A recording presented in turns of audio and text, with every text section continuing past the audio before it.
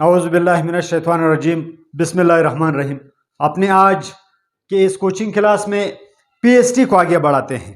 Pakistan studies کل کے lecture میں کچھ جغرافی کے حوالے سے، ریلیجن کے حوالے سے، پیپل کے حوالے سے، لوگوں کے بود و باش کے حوالے سے، ان کے ہیریٹیج کے حوالے سے کافی بات ہوئی۔ تو آج ان چیزوں کو ڈسکس کرتے ہیں۔ پاکستان کا پس منظر سب سے پہلے آپ کو بتاتا چلوں، قائد اعظم محمد علی جناح کے ایک قول کے مطابق ان سے پوچھا گیا کہ پاکستان کی بنیاد کب پڑی، دو قومی نظریہ یا ٹو نیشن تھیوری کی بنیاد کب پڑی؟ تو انہوں نے ایک مختصر جملے میں نہایت مدلل جواب دیا کہ جب ہندوستان میں سب کانٹیننٹ میں سب سے پہلے شخص نے اسلام قبول کیا، اس دن ٹو نیشن تھیوری یا دو قومی نظریے کی بنیاد پڑی۔ تو سب سے پہلے اسلام کب قبول کیا کسی شخص نے؟ تو یہ محمد بن قاسم کے ارائیول کے ساتھ ہی، یعنی یہ پاکستان کا پس منظر ہم پڑھ رہے ہیں۔ آپ کے 5ویں، 6ٹھی، 7ویں، 8ویں جماعت میں جو ایم سی کیوز بن سکتے ہیں، ان اسباق میں جو سبق ہے، جو اشارے ہیں، جن میں سوالات ایم سی کیوز ٹائپ کے بن سکتے ہیں، میں ان چیزوں کو یہاں پر ڈسکس کر رہا ہوں آپ کے سامنے، ان کو یہاں پر آپ کے سامنے واضح کر رہا ہوں۔ تو سب سے پہلے یہاں پر آتے ہیں سلطنتوں کی طرف۔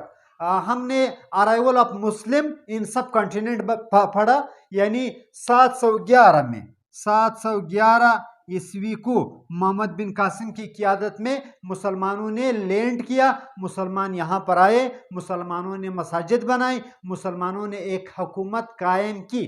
دیبل سے، کراچی کا پرانا نام دیبل تھا، دیبل سے لے کر ملتان تک ایک ڈائنسٹی ایک سلطنت قائم کی گئی۔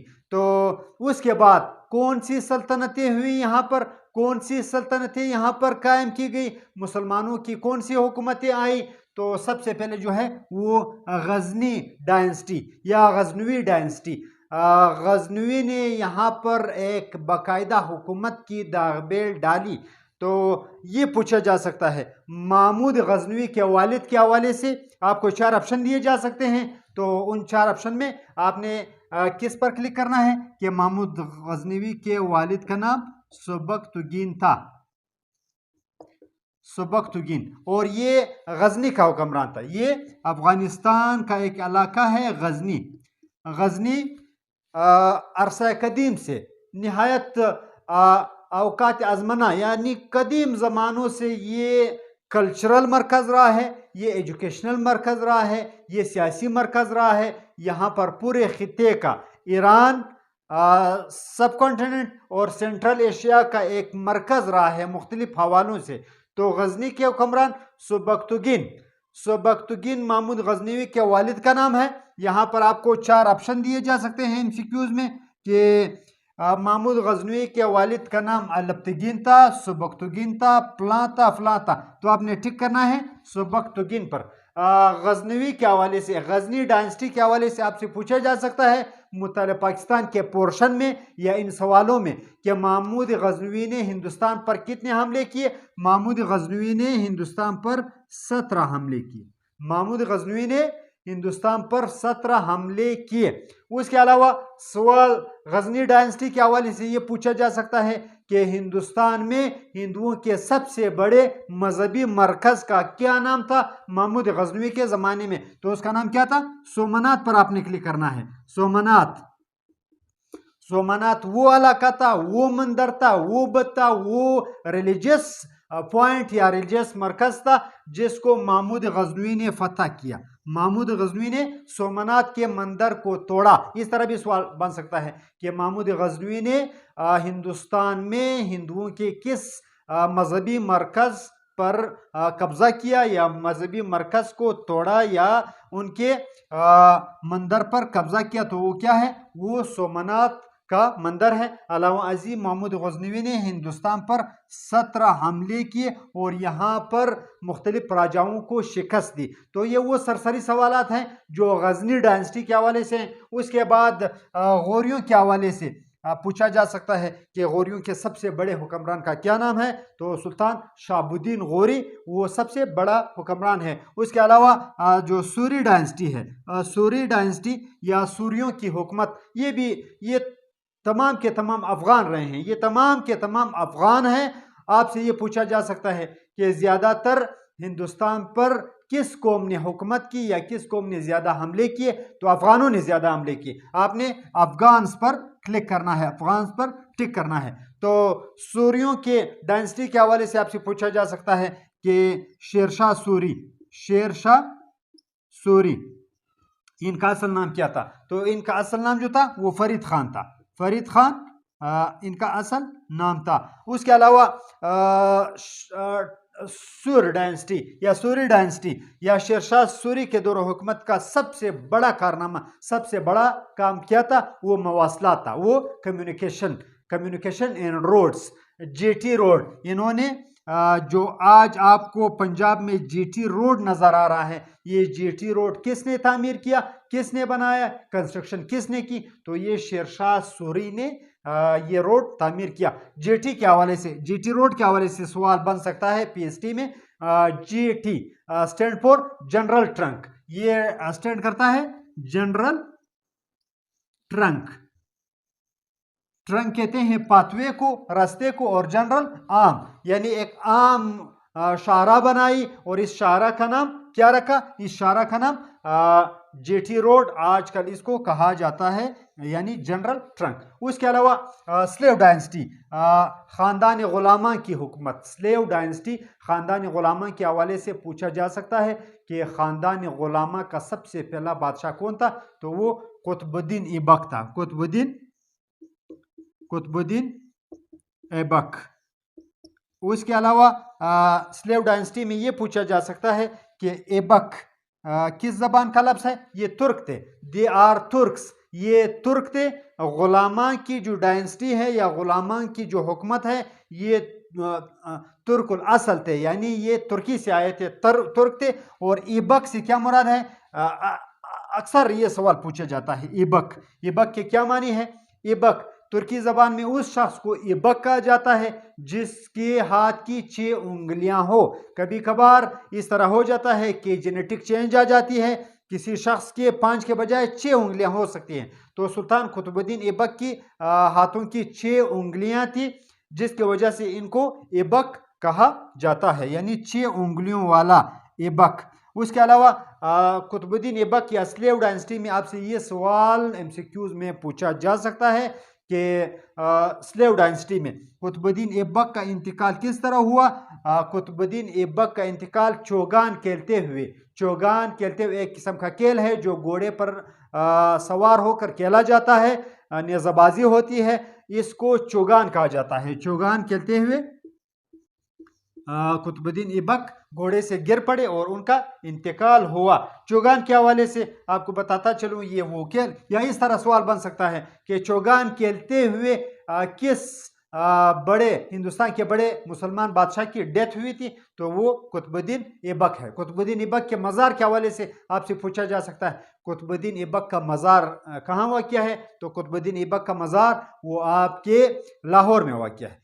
ऐबक रोड लाहौर है, यहाँ पर कुतुबुद्दीन ऐबक का मज़ार वाक़या है। अगर आप लाहौर चले जाएं, मैं बार बार जाता हूँ, अल्लामा इकबाल की एक बहुत बड़ी नज़म है कुतुबुद्दीन ऐबक पर। वो अल्लामा इकबाल कहते हैं कि जब कभी मैं शहर के पुरसोज हंगामों से उगता कर यहाँ पर कुतुबुद्दीन ऐबक के मज़ार पर जो है वो आ जाता हूँ, नज़र आता है मुझको सुरखरू होना शहीदों का।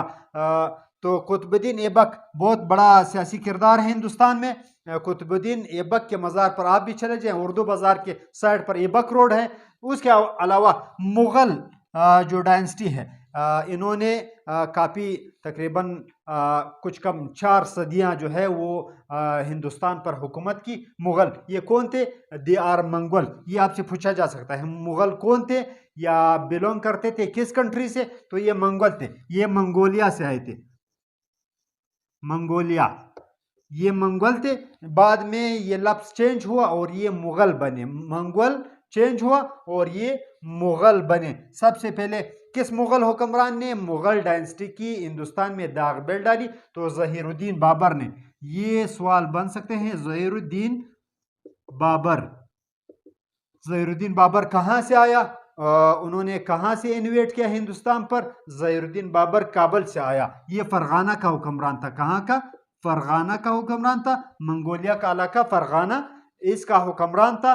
फरगाना से आया, उन्होंने काबल पर हमला किया और काबल से आते हुए दरिया, उन्होंने किस दरिया को तैरते हुए पार किया? ये सवाल भी अक्सर पूछा जा सकता है, क्योंकि आपके 7वीं 8वीं के जमातों में है कि मुग़ल हुक्मरान ज़हीरुद्दीन बाबर या इन्वेडर ज़हीरुद्दीन बाबर ने दरिया काबल को तैरते हुए पेशावर के मकाम पर इसको पार किया। इस इलाके को सर दरिया कहा जाता है। यहाँ पर काफ़ी अच्छी मछलियाँ भी जो है, जो देसी मछलियाँ हैं वो मिलती है। सर दरिया पेशावर के करीब इलाका है, चारसदा और पेशावर के दरमियान वाक़या है। वहाँ पर जो है आपको ताज़ा मछलियाँ जो है वो मिल जाती है।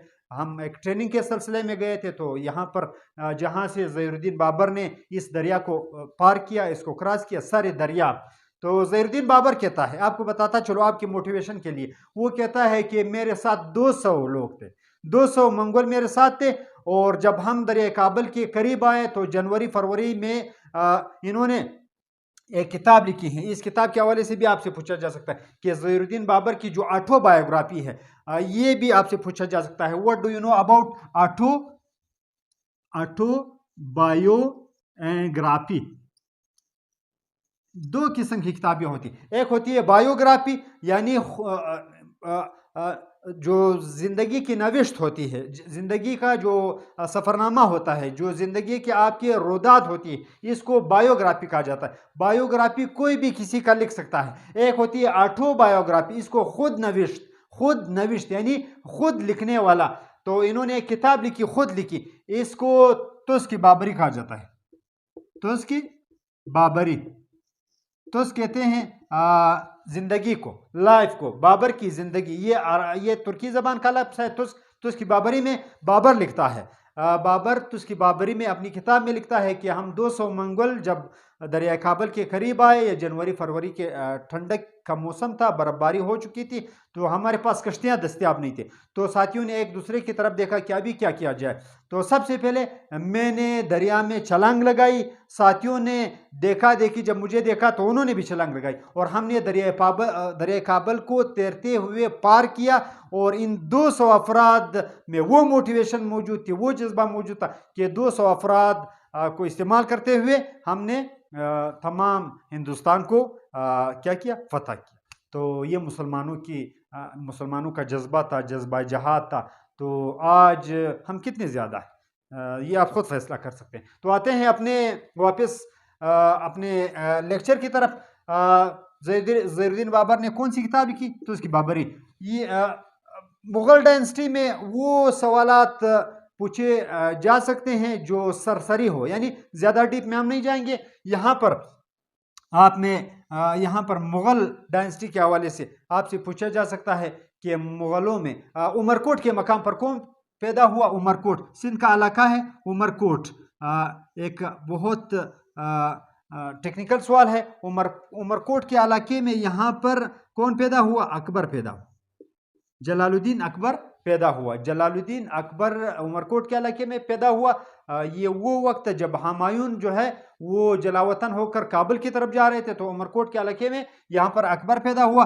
और ये आपसे अगर पूछा गया, या यहाँ पर एमसीक्यूज ये बना कि मुग़ल डायनेस्टी में इस सदियों की इस हुकूमत में सबसे जो बड़ा मुग़ल किरदार है, सबसे बड़ा मुग़ल बादशाह जिसने निहायत आबोताब के साथ हुकूमत की है, या मुग़लों का दौर उरूज, तो आपने यहाँ पर जलालुद्दीन अकबर लिखना है। जलालुद्दीन अकबर ने 50 साल हुकूमत की। 50 साल जलालुद्दीन अकबर ने वो हिंदुस्तान की सियाह और सफ़ेद का मालिक बना रहा। उसके अलावा मुग़ल डायनेस्टी में आपसे 5वीं 6वीं 7वीं 8वीं के हवाले से ये सवाल पूछा जा सकता है कि मुग़लों के दौर में इंजीनियर बादशाह किस बादशाह को कहा जाता है? तो शाहजहां को जो है वो शाहजहां को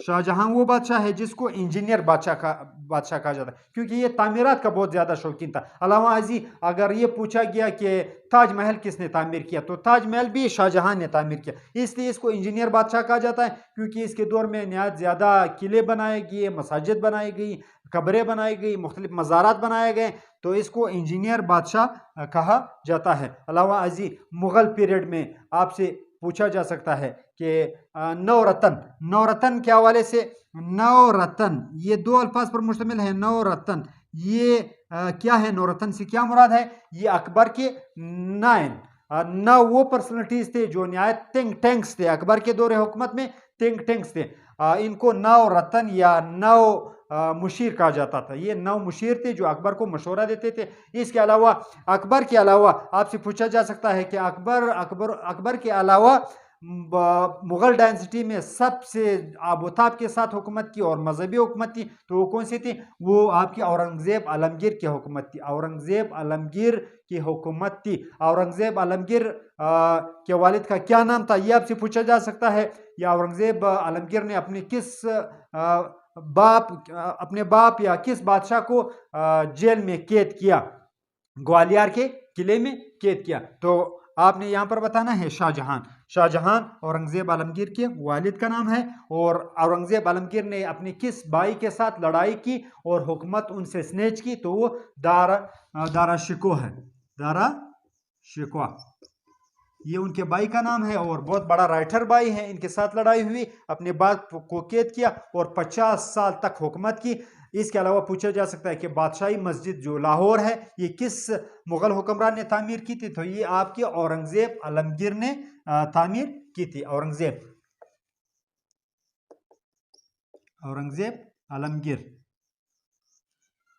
एक नया टेक्निकल सवाल पूछा जा सकता है कि फतावा आलमगीरी किसने लिखी, या फतावा आलमगीरी किस दौर के सौगात है, या फतावा आलमगीरी क्या है? तो आपको बताता चलूं कि फतावा आलमगीरी, औरंगज़ेब आलमगीर ने उलमा का एक बोर्ड बनाया, एक कमेटी बनाई, उन्होंने मुख्तलिफ फतावा जो है वो मुरतब की, हज़ारों की तादाद से मुख्तलिफ फतावा, इन फतावा को, इन इस्लामी लाज को जो है वो फतावा आलमगीरी कहा जाता है। और ये मुरतब की औरंगज़ेब आलमगीर ने अपने दौर हुकूमत में उलमा की एक कमेटी बनाकर, ख़ुद नहीं की बल्कि उलमा की कमेटी के ज़रिए की। उसके अलावा मुग़ल ज़वाल के हवाले से आपसे पूछा जा सकता है कि मुग़लों का ज़वाल कब शुरू हुआ? मुग़लों का ज़वाल ये आपने ये टेक्निकल जो डेट है ये आपने याद रखनी है, 1707 को, 1707 से मुग़लों का दौर ज़वाल शुरू हुआ। 1707 कौन सी डेट है? 1707 को औरंगज़ेब आलमगीर की डेथ हुई।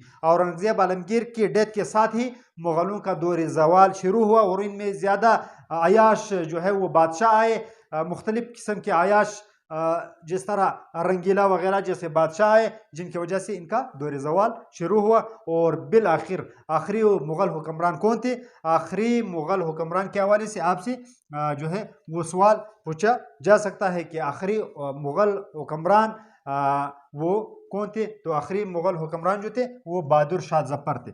बहादुर शाह ज़फ़र आखिरी मुग़ल हुक्मरान है। इस हवाले से ये पूछा जा सकता है कि बहादुर शाह ज़फ़र को कहाँ जलावतन किया गया? तो इनको बर्मा के दारुल-हुकूमत रंगून जलावतन किया गया। बर्मा के दारुल-हुकूमत रंगून जलावतन किया गया। और इसका जो नया नाम है वो यंगून है। यंगून वहाँ पर उनका मज़ार भी वाक़या है रंगून में। ये वो चीज़ें हैं, ये डायनेस्टीज़ के हवाले से, मुख्तलिफ सल्तनतों के हवाले से, हुकूमतों के हवाले से वो सवालात है जो 5वीं, 6ठी, 7वीं, 8वीं के माशरती आलूम के या मुताले पाकिस्तान की किताबों में या जनरल। अच्छा, आपको एक चीज़ बताता चलूँ, बाज़ स्टूडेंट कभी कभार ये एतराज़ करते हैं कि ये चीज़ें जो है वो 5वीं, 6ठी, 7वीं की जो सिलेबस है या 2006 का जो सिलेबस है, करिकुलम है नेशनल, इसमें मौजूद नहीं है।